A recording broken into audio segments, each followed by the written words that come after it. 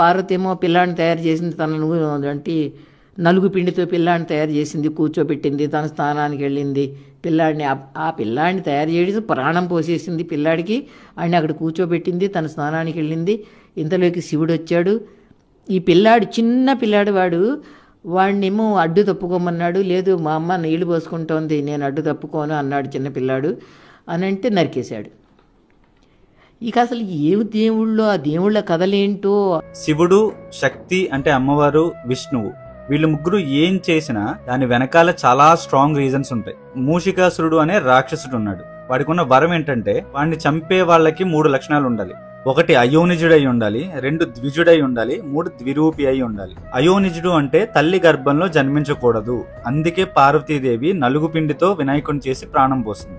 2 ద్విజుడు అంటే 2 సార్లు జన్మించాలి. అందుకే శివుడు తల నరికి చంపి తర్వాత మళ్ళీ బతికిస్తాడు. 3 ద్విరూపుడై ఉండాలి. దానికోసమే శివుడు వినాయకుడు తలను పెట్టకుండా ఏనుగు తలను పెడతాడు. అప్పుడు పైన ఏనుగు, కింద మనిషి ద్విరూపుడవుతాడు. ఆ రకంగా మూషికాసురుణ్ణి వధించడానికి పుట్టిన మహాశక్తి విఘ్నేశ్వరుడు.